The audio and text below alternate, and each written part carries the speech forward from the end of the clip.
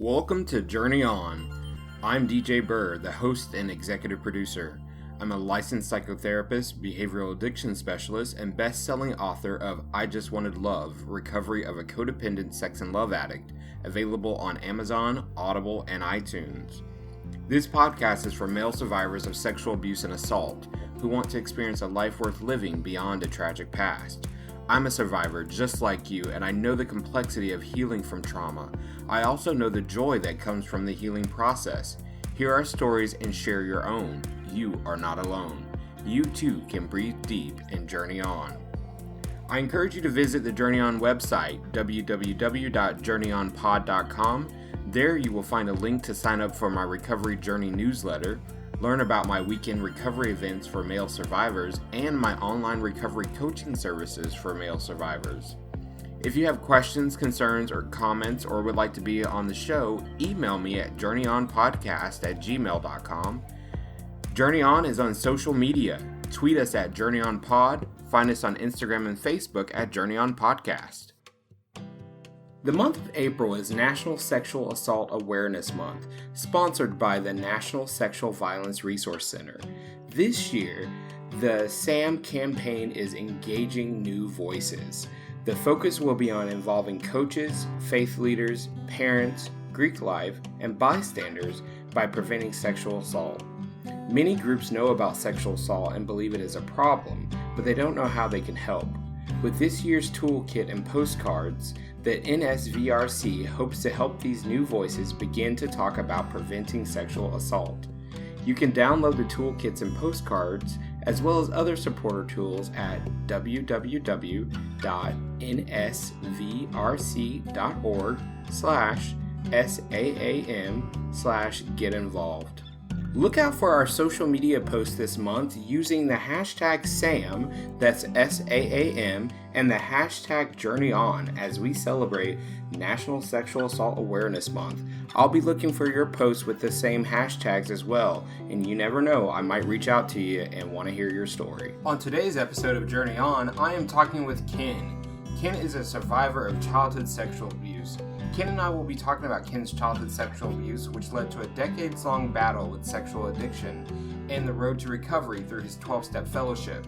Ken's motivation and desire to keep his family intact inspired him to finally reveal the pain of his childhood sexual abuse. His story is thought-provoking, informative, and inspiring. Well, good morning and welcome to Journey On. Today I'm speaking with Ken. Ken is willing to share with us his experience, strength, and hope around childhood sexual abuse and recovery. So Ken, welcome to the show. Thank you. Glad to be here, and I'm really glad to be able to share too. I am 71 years old, for anybody who needs to know, and I've been in recovery for about 10 years. So that means I came in when I was 60. Okay. So I've had a long time dealing with sexual issues as a result, I believe, of the abuse. So a little bit of family history. Go back. I am the fifth of 5 sons. My dad was a minister and a missionary. So I grew up in a church family. Had all the connections to churches and that kind of thing.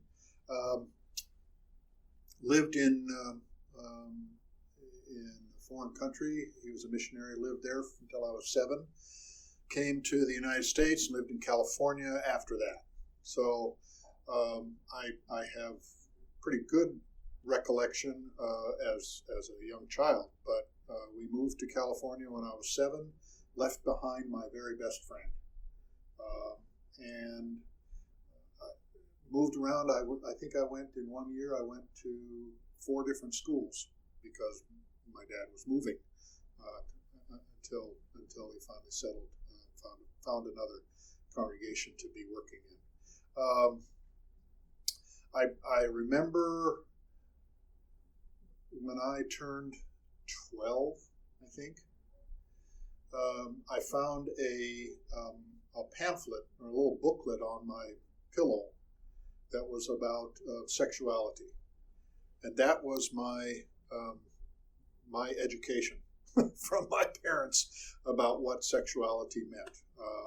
And you were supposed to read this, and I was supposed to read and know everything. Correct. I was supposed to read it. There was nothing said that I could ask questions. I think, well, I don't know whether it was just the nature of my relationship to my parents. Maybe it was. I was afraid to ask questions, or hesitant to ask questions. I didn't think I should ask questions because maybe the assumption is I should have known that, or I would have gotten a lecture or whatever. Anyway, so I didn't ask. I read the book, but about that time I had started puberty, so those kinds of events, and about that same time I started lessons with a piano teacher, a male teacher. And he only had, I found out later on, he only had male students. He had no female students. And almost, what I recall is probably within a month, or maybe 2 months of meeting with him, he began to, during the lesson, to fondle me. And it started very casually, just kind of rubbing on my leg and stuff, but then actually would reach into my pants and all of that. I do not recall that he ever brought me to an ejaculation or anything like that, because of course that would show. I make up that I don't know for sure what he did while that was going on. But I had piano lessons with him for at least a year and a half. And I'm sure every time that would be the event. I also recall a time when he took 3 or 4 of us on a day trip, a picnic. And I remember he would stop probably every, I think it took us maybe 2 hours to get where we were going. Stop every half hour, and there were 3 or 4 of us boys. We were all his students, and he would move each of us to the front seat next to him, and then would fondle us as he was driving. So driving one-handed. I don't know for sure that he did. I didn't know for sure what was going on. I knew what he was doing to me, but I didn't think that he would necessarily be doing that with the rest of them. But looking back on it, why would he be moving us around? Right. And so during that time, did you have an awareness that what he was doing was not right, it was wrong, or were you curious about it? Yeah, I had probably from what I had already read, kind of knew that was inappropriate behavior. Okay.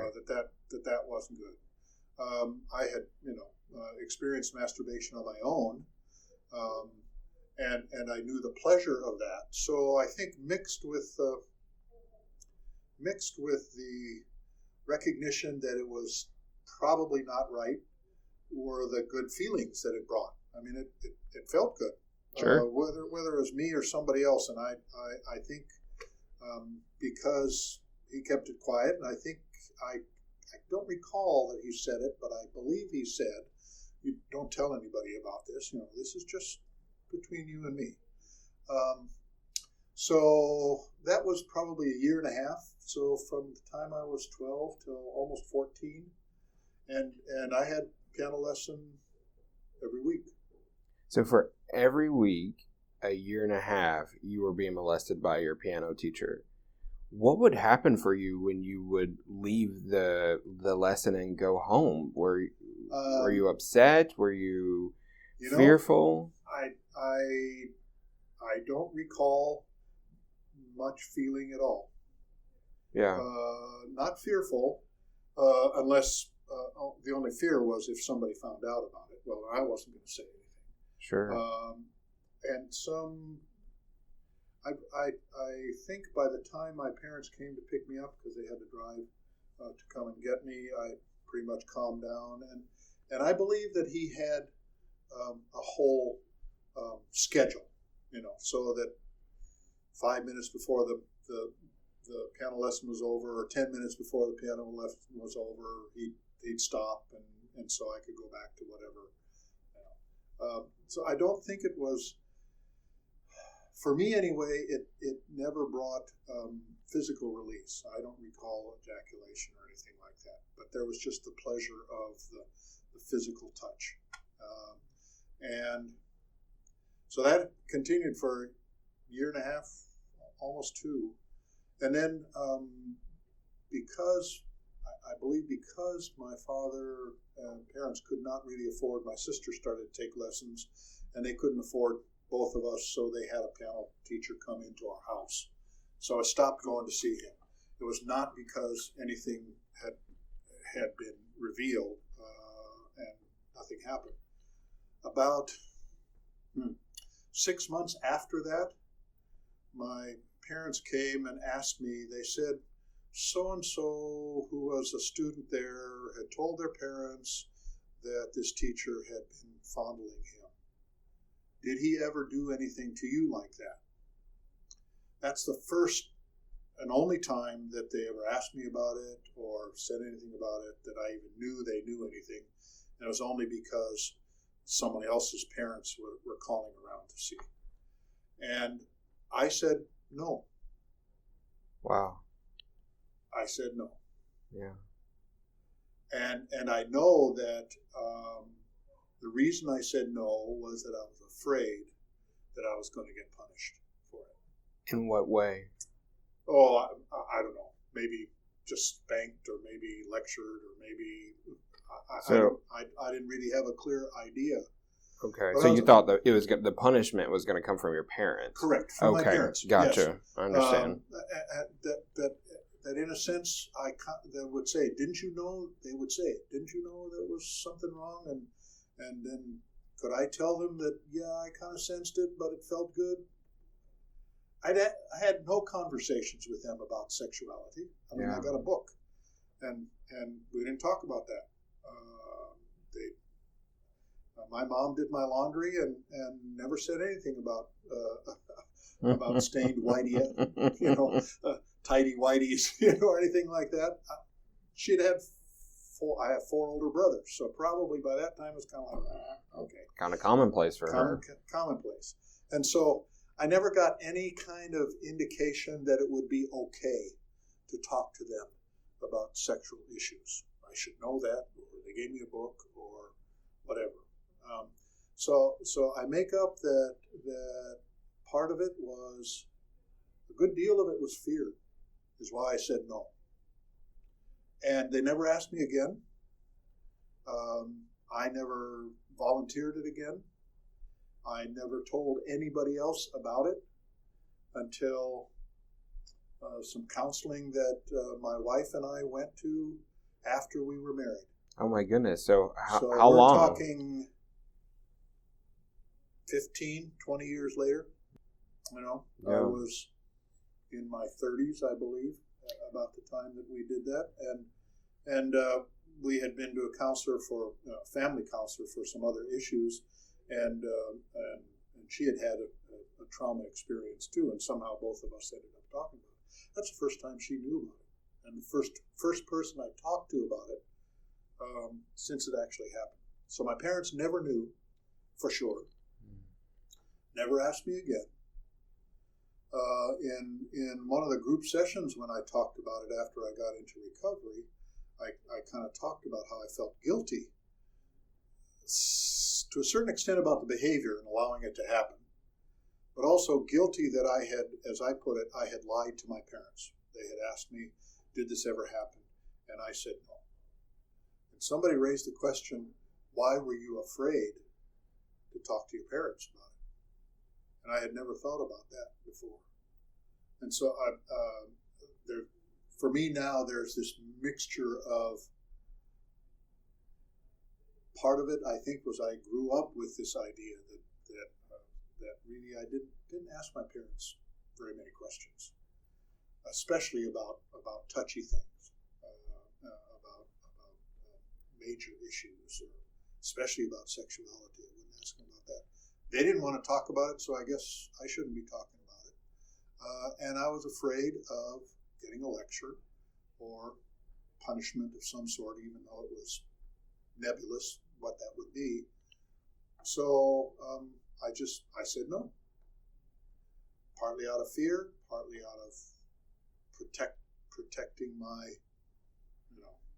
privacy, maybe to a certain extent because in thinking back, it had the mixture of pleasurable feelings but I make up that had a significant effect on, along with the relationship I had with my parents and lack of any real place that I could talk about sexual issues. I had no place else. My father was a pastor, so I should know. I couldn't go to somebody else in a church and start talking to them, and I didn't have any uncles or aunts that I felt close enough to. So I just buried it. That's a lot to hold. In retrospect, absolutely. Yeah. And absolutely. I'm curious if you had heard anything in your community about what was happening to this man after your parents said, hey, did he touch you? Because so-and-so said he touched them. Did you hear about anything? Nope. I had heard no more. Nothing? Nothing. So Wow. I had no idea whether he got... I think I found out that he did lose his job, but I don't know whether he lost his teaching position because he quit or because they fired him or whether he was arrested or anything. I don't know if the behavior stopped. It was just I was asked that one question one time. I said no. They accepted the answer, maybe because that's what they wanted to hear, because they didn't have to move on. I'm making that up in my own mind in retrospect. But they said no, and they never brought it up again. And I definitely didn't want to talk about it again, ever. So about that same time, I started masturbation and all of that. I discovered back this would have been in the mid-50s, maybe early 60s, late 50s, early 60s. Discovered men's magazines in the drugstore, and so I would look through those and look at the pictures, and those were pretty mild. They were like sort of like Field and Stream would be right now. It basically had women in bikinis. Okay. That would be the most serious. Until I found a drugstore in town I could walk down there that had Playboys, and there would be nude pictures. So I became fascinated with pictures and text. I kept everything secret, and I traced back a lot of that to what I did in response to this molestation. I kept it secret, and so anything that had anything to do with my personal sexual activity and likes and dislikes was very secret. Private. Nobody knew. I would not. I wasn't old enough to buy any of those magazines, so I just go and look at them. I could read pretty well, and I could read fast, so I could skim an article, And later on, wouldn't have been in a friend's house, but in college, I didn't have any college roommates that had that stuff. But if I would be at their homes, there might be a Playboy or a men's magazine or something, and I would read through that. And the reading and the physical objects, the pictures, that was all I needed in order for stimulation. It also kept it private and secret. The molestation was private and secret. Nobody would know. And then I could go on and do the rest of my life, and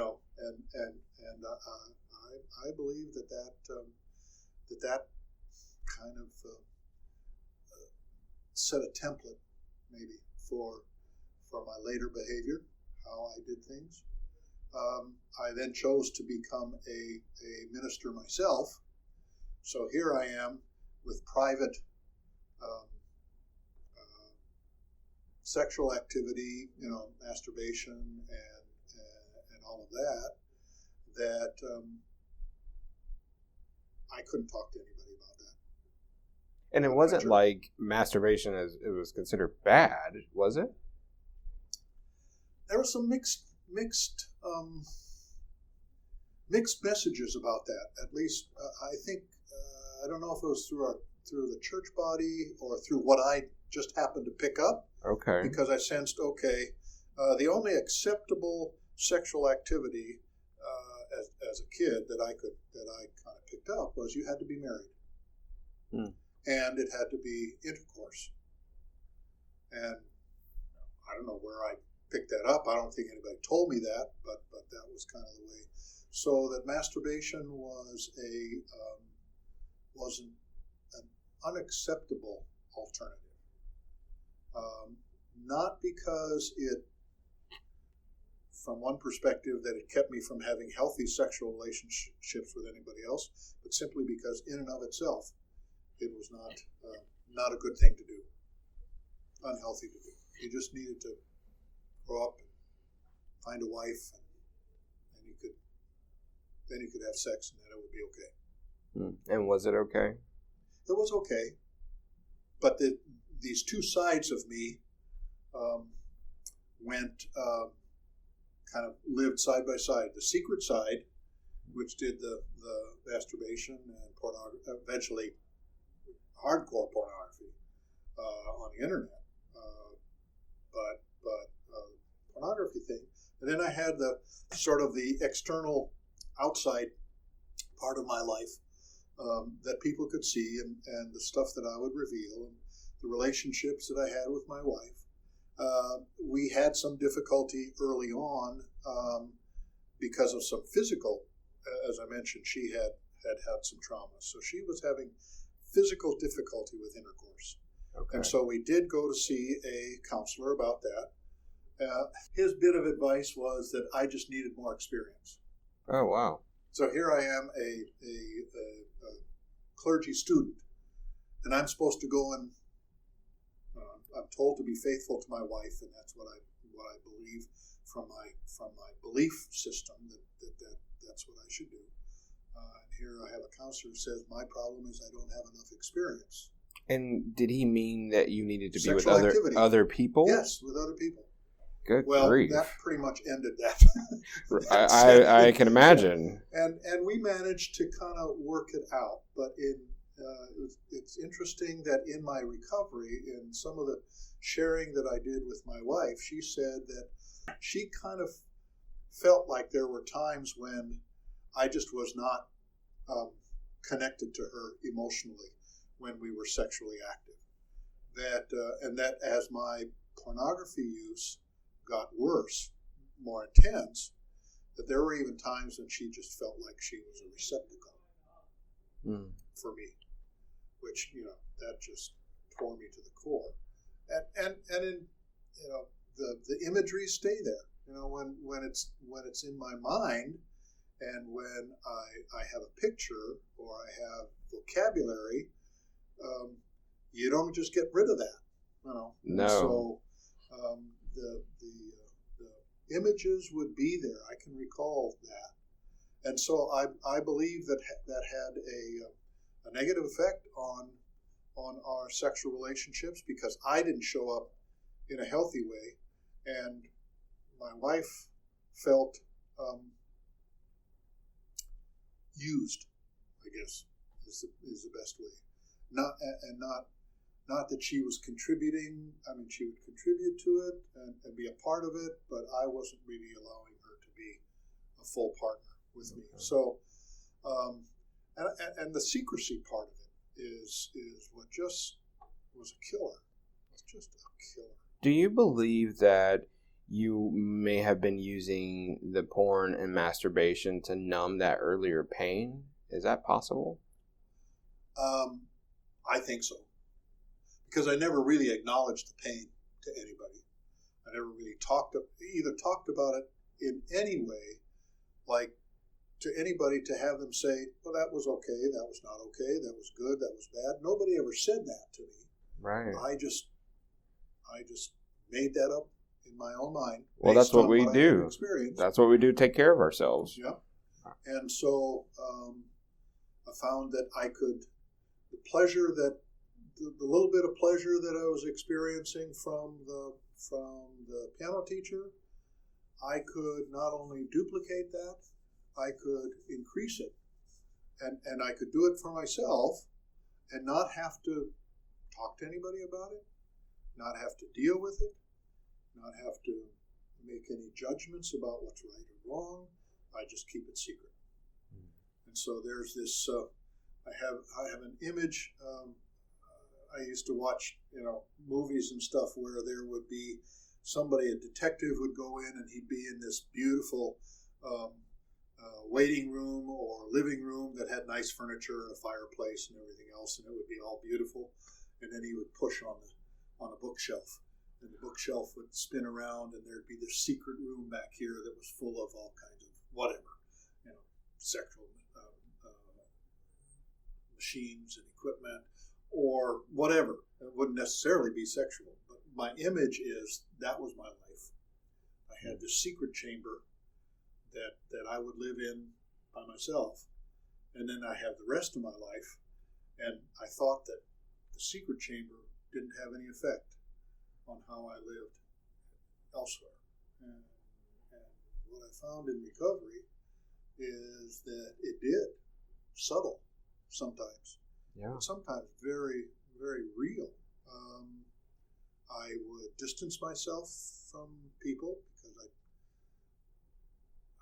in retrospect, I didn't want to talk about things too deeply or too intimately because it might get into some area like that. Didn't want to do sex jokes because somebody might think, "Ew, I wonder what his sexual activity is like," and then I might have to talk about it. So the secrecy thing was the real power. I mean, the activity was, different than for a lot of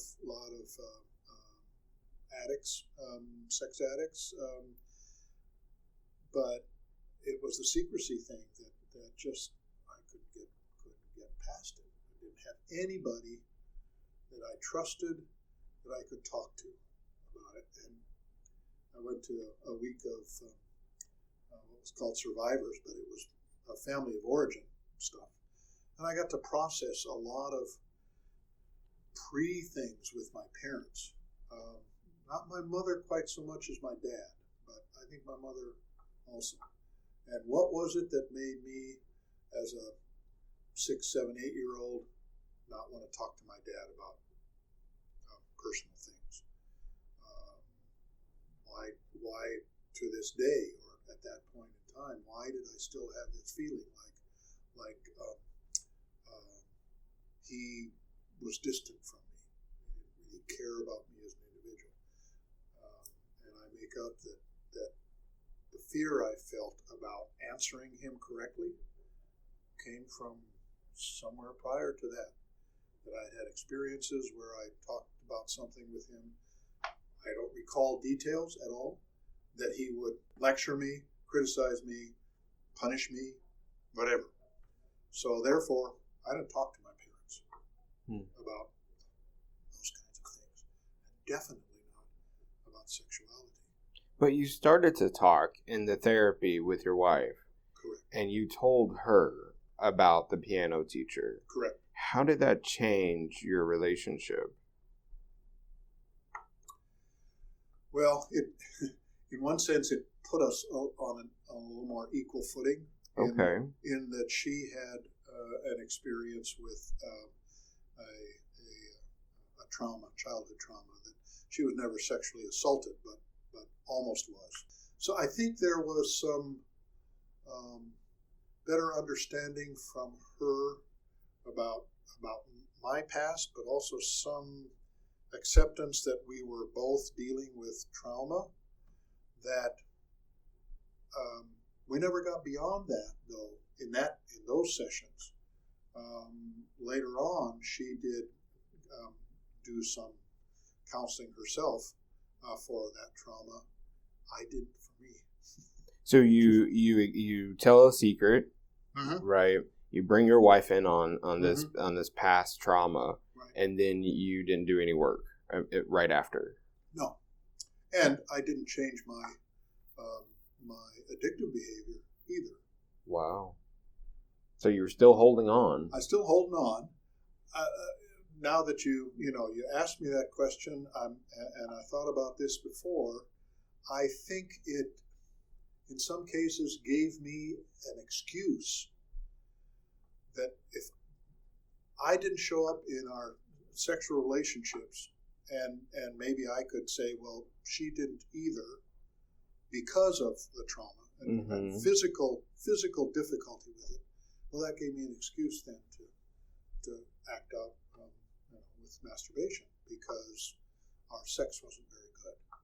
So what about if you didn't show up in the sexual relationship? Would you use your trauma as an excuse? I don't know that I ever analyzed my showing up in our sexual relationship. I thought I was doing a pretty good job. Okay. That's interesting.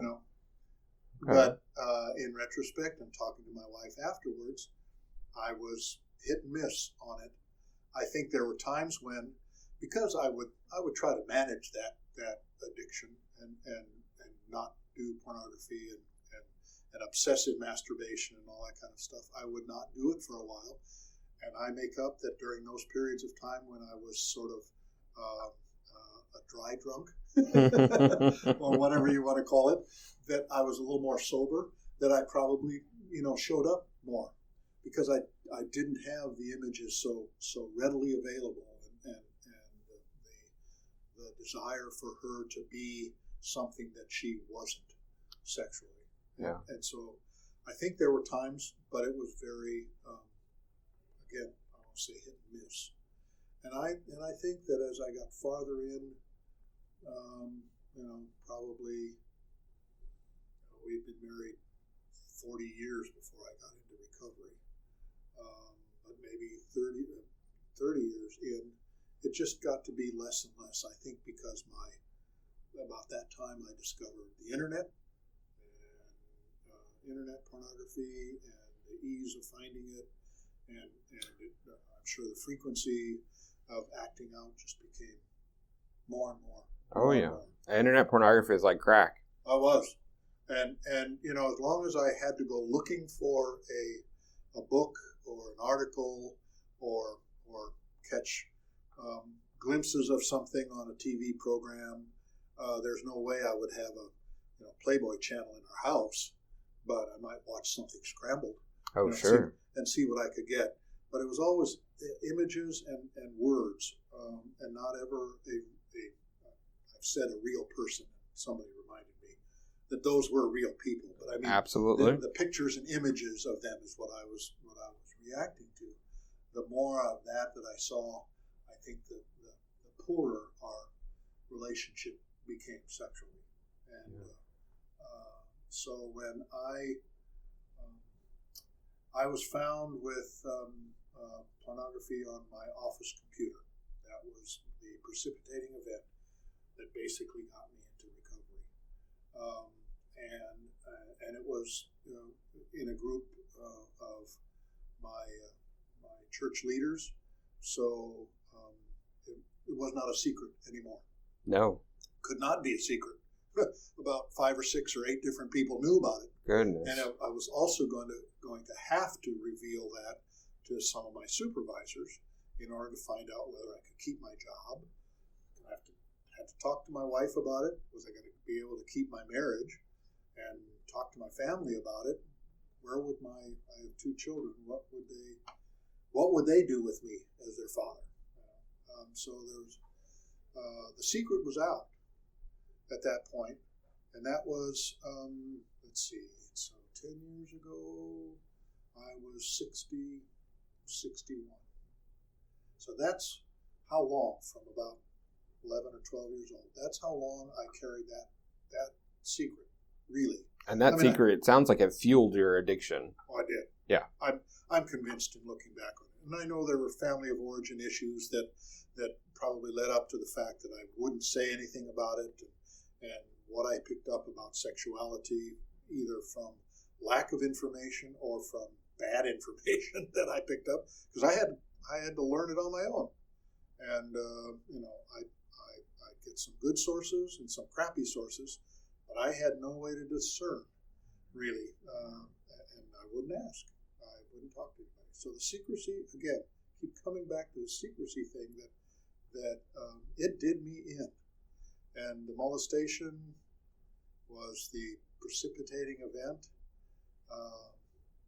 But yeah, it undergirded so much of this stuff. So when you got in recovery for sex addiction, did you begin talking more about the molestation? Yes, absolutely. I think, like I said, once the secret was out about my behavior, and I agreed to go to counseling and to do what I needed to do to get treatment or to stop the behavior. And I was referred by my own personal counselor through the church body to a person who kind of specialized in dealing with sexual addiction.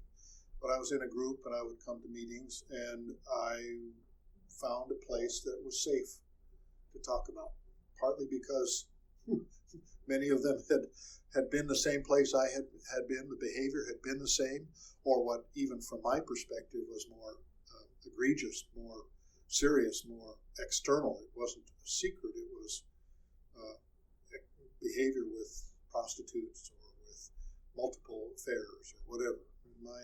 Mine never got there, thank God, but it was just as destructive in many cases. So I talked about it, particularly in the men's group, I think is where I talked about it first, because it was a small group and I knew these guys. There was 5 or 6 of us. But then I did talk about it in general terms about being molested in meetings when I would share. And then it became real obvious and real comfortable in a sense for me to talk about it after I went to the week-long dealing with family of origin stuff. Because I got to process the relationship of the molestation and my response and my feeling guilty and my feeling like I lied to my parents when really, in a sense, I was defending myself, as best I could. That was how I knew to take care of myself. And that's the truth. Yeah. You had to defend yourself. Yeah. It didn't sound like you had awareness that anyone else would be available to defend you. No. And I didn't know what was going to happen to the other kids. I mean, they didn't say, what happened to the other guys? Did one of the parents beat him silly? Or I don't know, so I was fearful. In a sense, I was 12 years old. I made up something in my mind, that scared me, to be honest about it. And maybe I didn't want to give up the sense that it felt good and have to admit that I shouldn't be feeling that way. Yeah. That's heavy. A lot of survivors have had similar experiences like that where, the fact of telling someone that what was happening within the abuse context was pleasurable. And the fact is, there's no way you could ever control that, right? No. Our bodies are built to respond. Yeah. Right? And in recovery, and actually as I got older and kind of did a little bit more reading, that's physical responses. Sexuality is one of the physical needs and expressions that we have, and there's appropriate and inappropriate ways. Cultures have a lot to say about that, but it is normal, and there's nothing abnormal about sexuality. Well, I don't think at 12 years old I had any sense of that, because I had no information prior. You had no information. No information. And I want to know, when you left the survivors workshop, what did you leave with? What new information, what new insight did you leave with?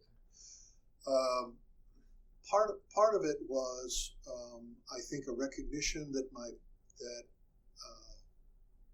my feelings that came out of that were maybe not the best for me, but they were my feelings. Okay.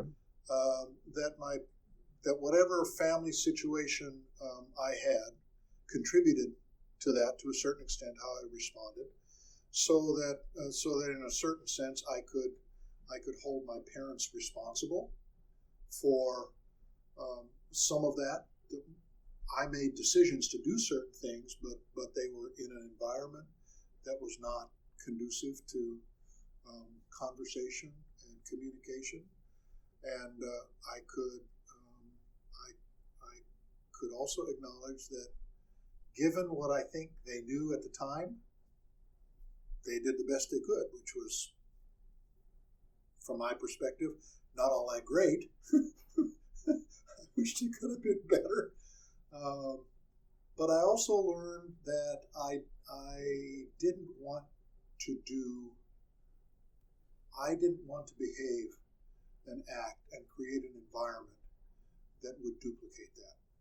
And I'd already done that to a certain extent for 40 years. With the secrets around the secrets porn. And not communication and not being honest and not being willing to listen and in a sense to have an intimate relationship with somebody that didn't involve sexuality at all, that I could show up as a caring individual. And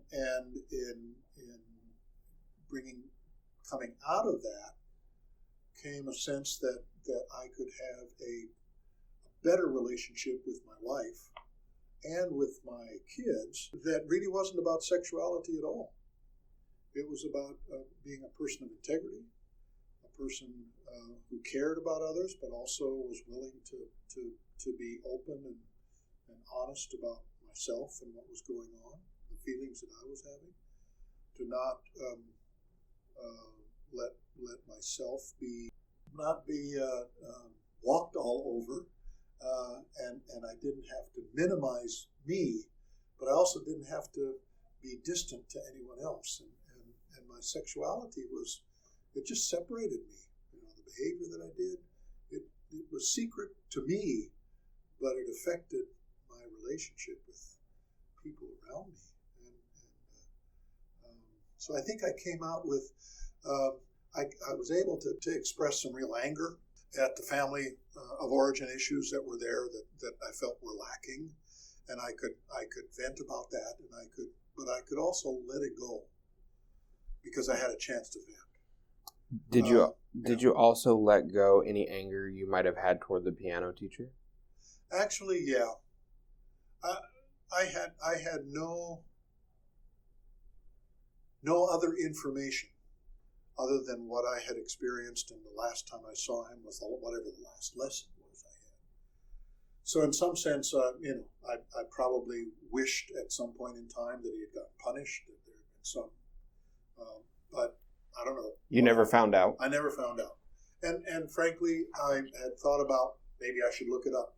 I bet I could Google this guy, Probably. I remember his last name, and it was distinctive enough that I could Google it, but I didn't really want to know. Okay. Because it wouldn't change anything. It would be more revenge than really helpful, because the help I got was from being able to process that and being able to move on from it and being able to say, you know what, that isn't the way I have to live or I have to show up.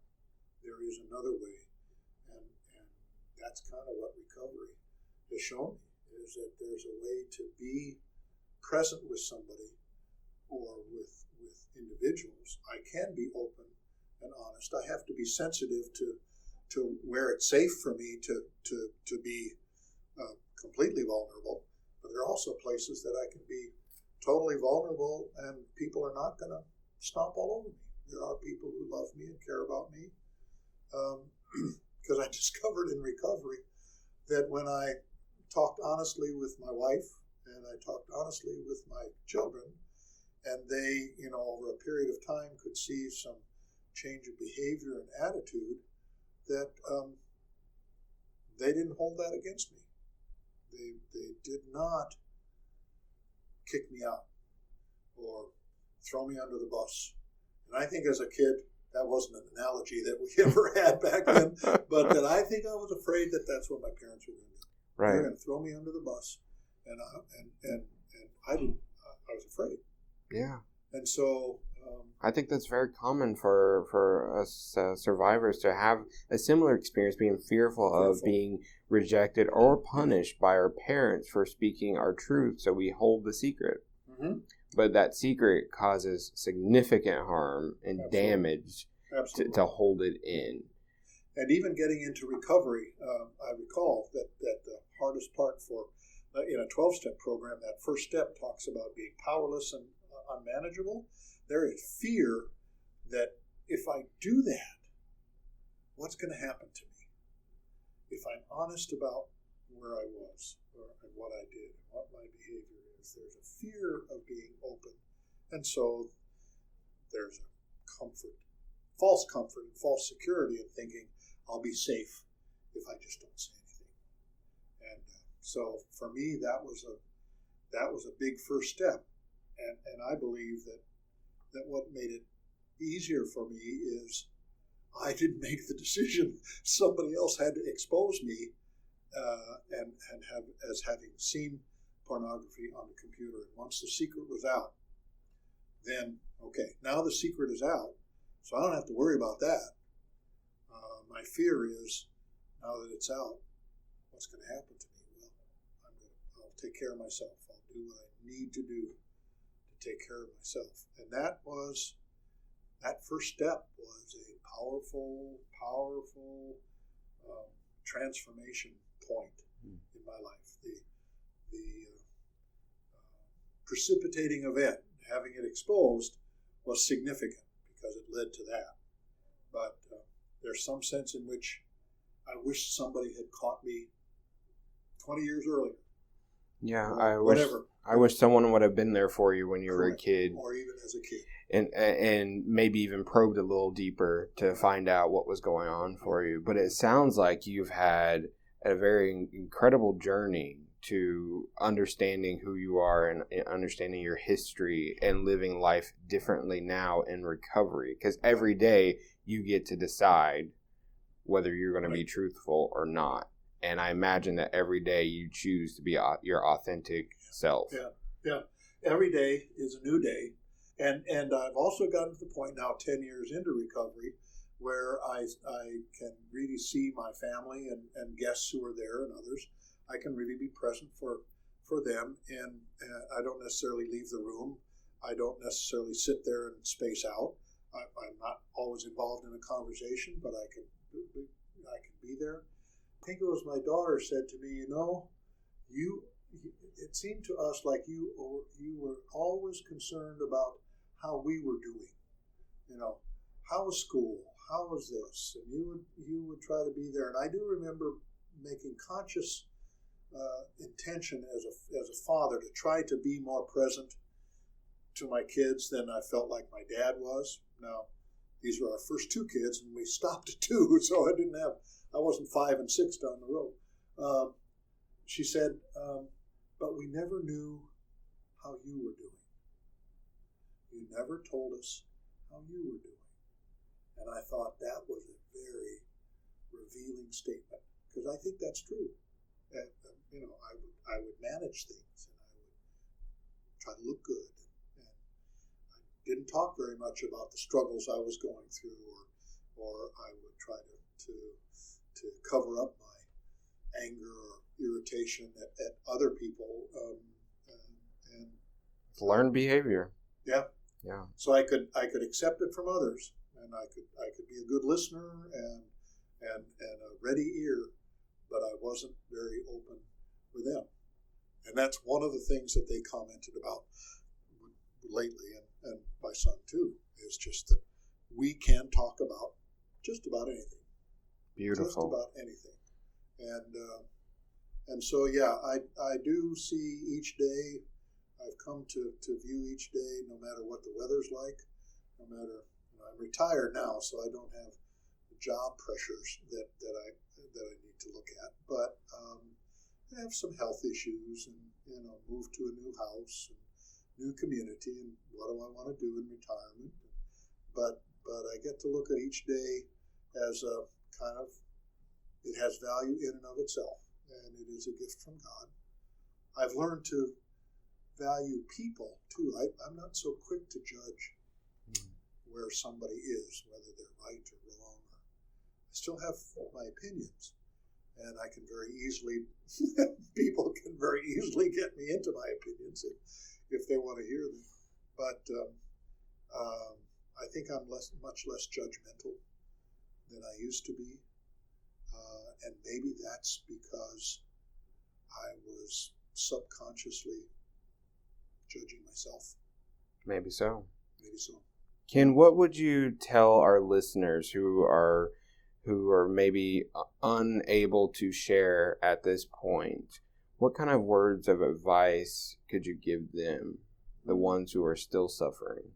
And suggest that they find someone they trust, and then be honest. It is important to be honest. Important to be honest. And tell our truth. Yeah, and the sooner, you can talk about it, the sooner you can begin to deal with it, and don't think that you can bury it. And the message I have for our listeners is to hear our stories and share your own. You're not alone. And that was the most important thing that I have learned from your story, is that you don't have to be alone. You don't have to be alone with the secret. You can share it and get some help. Yeah. So, Ken, thank you so much for being here and being authentic and transparent about your recovery journey. And I'm thankful that you were willing to sit down with me and to share your story. You're welcome. So thank you. And I'll just add one little highlight. I got into recovery shortly before our 40th wedding anniversary, and there was a very real possibility that we might not get to a 41st, depending on my recovery and kind of my wife's openness and willingness to be a part of that. Sure. We will celebrate our 50th anniversary this summer. So right on. She has been there, and I am grateful for her presence in my life, because she had choices, and she chose to stick with me, and her counselor had told her, give me a year, and the year came and went, and it's been 10. So that's a blessing. It is. All right. Well, so thank you. There's good news. There's good news to be had. That's a great way to end. All right. Thank you so much. You're welcome. My pleasure. The good news is you can hear more stories like Ken's on each episode of Journey On. Don't forget to subscribe today on iTunes or Google Play. Also, check out our website for more information at journeynonpod.com. I want to thank Ken once again for sharing his experience, strength, and hope today. Ken has been integral to my recovery process, and I believe his story of survival is profound and inspiring. And thank you for listening to each episode of Journey On. Journey On is looking to hear from you. If you are interested in sharing your experience, strength, and hope with our audience, email us at journeynonpodcast@gmail.com for details. Journey On's production is currently funded in whole by me as part of my desire to provide support to those who are still suffering. Production costs fluctuate and can be prohibitive in terms of what I can offer to our audience. You can help support Journey On's mission by supporting the production. There are two options. You can donate the amount of your choice directly from your cell phone by texting the word JOURNEY to 855-735-2437. That's JOURNEY to 855-735-2437. Or you can become a patron of the show by setting up a monthly contribution by going to patreon.com/journeyon. That's patreon.com/JOURNEYON. Once there, you can select the contribution level of your choice. Thank you for considering. Don't forget to visit journeyonpod.com and sign up for my Recovery Journey newsletter. Once you have subscribed, you will get more information about my weekend male survivor retreats and my online coaching services for male survivors. Journey On is produced by DJ Burr and the Recovery Legacy Network, bringing you recovery on all fronts. Learn more at recoverylegacynetwork.com. Today's music features tracks by CDK and Airtone. You can learn more about the tracks on our website, journeyonpod.com. Until next time, breathe deep and journey on.